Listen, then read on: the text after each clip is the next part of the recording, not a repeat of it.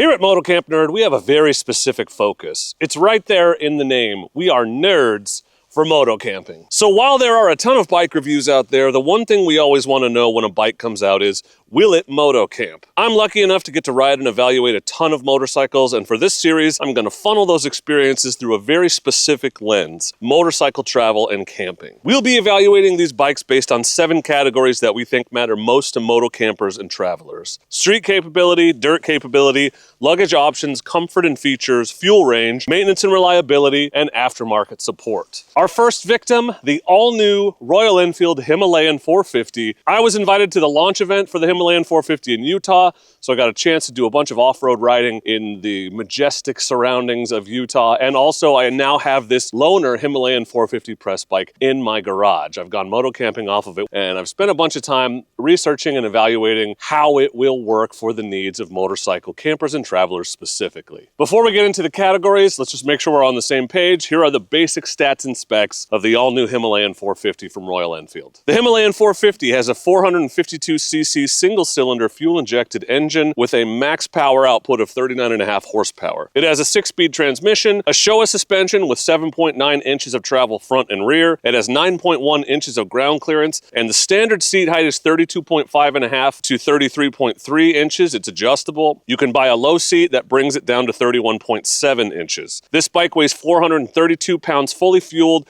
It has a 4.5 gallon tank, a 21-inch front wheel, a 17-inch rear wheel. It has ABS with switchable rear wheel deactivation, 2 ride modes, performance and eco. It does not have traction control, and the starting MSRP on the Royal Enfield Himalayan is $57.99 US.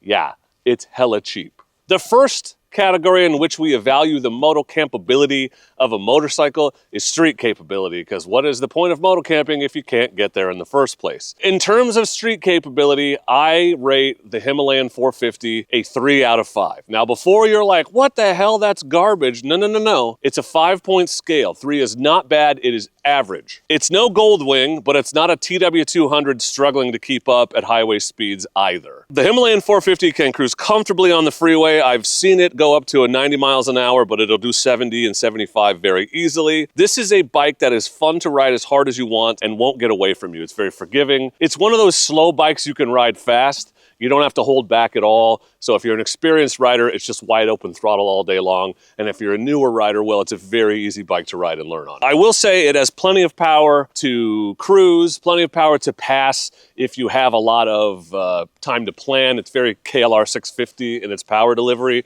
But it's not going to have the instant rocket ship passing capability of a 790 or an 890 or a 1300 GS, which is why, in my book, it's a 3 out of 5. It's perfectly fine on the highway. It's okay at everything streetwise. On the dirt, I also give this a 3 out of 5, which again is average. This bike is surprisingly capable for what you pay for $57.99. It has decent ground clearance at 9.1 inches and 8 inches of suspension travel. And again, that is a Showa suspension. It's not some no-name garbage that they just pulled out of a pogo stick. It is a brand name, top of the line brand. I'm continually impressed with the suspension in the stock settings. It's not adjustable. I wish it was, but the setup is great the way it is, especially considering how much I weigh. I'm obviously a lot heavier than the average rider. I've had no problems with the suspension bottoming or anything. The weight is quite low for an adventure bike at 432 pounds wet. Admittedly, that's high for a single cylinder thumper like this, but this is more adventure bike than dual sport despite being a thumper. Upper crash protection is included. This is not a bike that's going to shred tight single track, though I have tried that, but it can handle just about anything an abandoned or washed out road can throw at you. And the low seat height means confidence putting your feet down and waddling. Honestly, this would probably be a 3.5 in dirt capability, but I told myself I wasn't going to do half points. So it's not quite a 4, therefore it's a 3 in my book, but it's a high 3. It's a very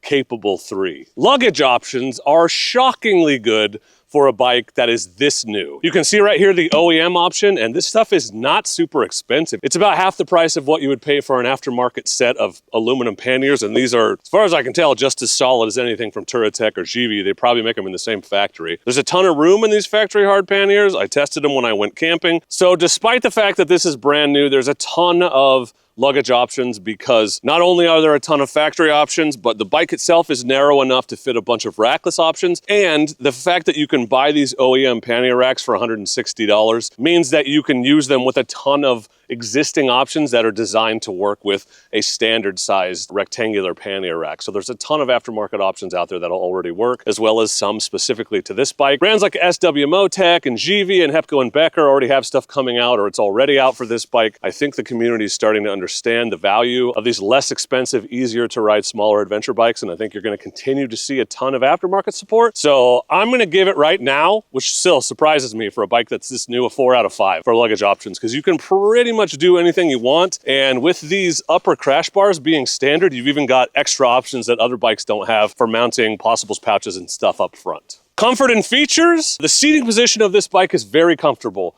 I really like the upright kind of standard seating setup. Your feet are directly underneath you. It's very comfortable for the long haul. This bike has shockingly low vibration for a thumper, and it has one of the most beautiful displays I've ever seen on a motorcycle. It's gorgeous, it's easy to read, it's round, which is unique and classic looking while being modern at the same time. This bike is comfortable enough to ride for multiple hours, to ride a full tank of gas. No problem. We spent all day on them in Utah, and it was just fine in my book. There are some downsides. The stock windscreen is mid at best. The stock seat is adequate, but not like mind-blowingly comfortable. It's wide enough to support even a wide posterior like mine, but there are multiple OEM seat upgrade options. The bike does not have cruise control. It does have ride-by-wire, so that's kind of a shocking omission, but maybe they'll add it in future model years, or maybe even as an update. Not really sure how that works. The app integration is a feature that they talk up a lot. The fact that you can connect your phone to the display for navigation and music and to negotiate your calls and text messages, but integration is clunky at best, and honestly I don't think most people are going to use it, because you have to leave your phone screen on and have it plugged in, and that's just like, what decade is it? That's not how apps are supposed to work. So while it's a cool idea and I like it as a sort of first step, I don't think it should be a real consideration for most people, because you're not going to use the app because it's kind of hard to use. In terms of comfort and features, I give it a 3 out of 5. It is average. Not bad, not amazing, which kind of describes this bike in a lot of ways, honestly.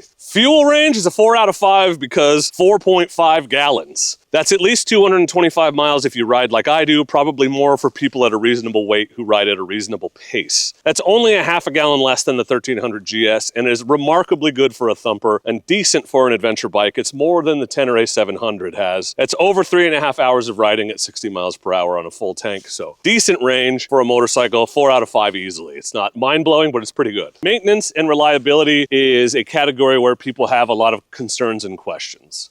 I will say this thing is called a Himalayan for a reason. It's designed to do thousands of hard miles on non-existent roads at some of the world's highest elevations. It's designed to be fixed with a rock and a sharp stick on the side of the road. One of the questions that one of the other people at the launch asked was, why is the brake lever so big? And the answer was, because it has to be operated in flip-flops. While you may think that has nothing to do with maintenance and reliability, it really speaks to the design philosophy and the ideas behind this motorcycle. This is an everyman motorcycle. There's not a lot of motorcycle repair shops in rural India. It's for the people who are out there doing their day-to-day lives, and they depend on this piece of machinery, and they depend on their ability to repair it, and they depend on it to just work when they need it to. Royal Enfield is underrated in terms of reliability just because it's a cheaper bike and inconsistent implementation. I don't know, but I think it's built to last, and I think time will tell the tale. I think maintenance and reliability is a lot better than probably most people are giving them credit for right now. Maintenance intervals are 6,000 mile oil changes, so nice and long, or 1 year.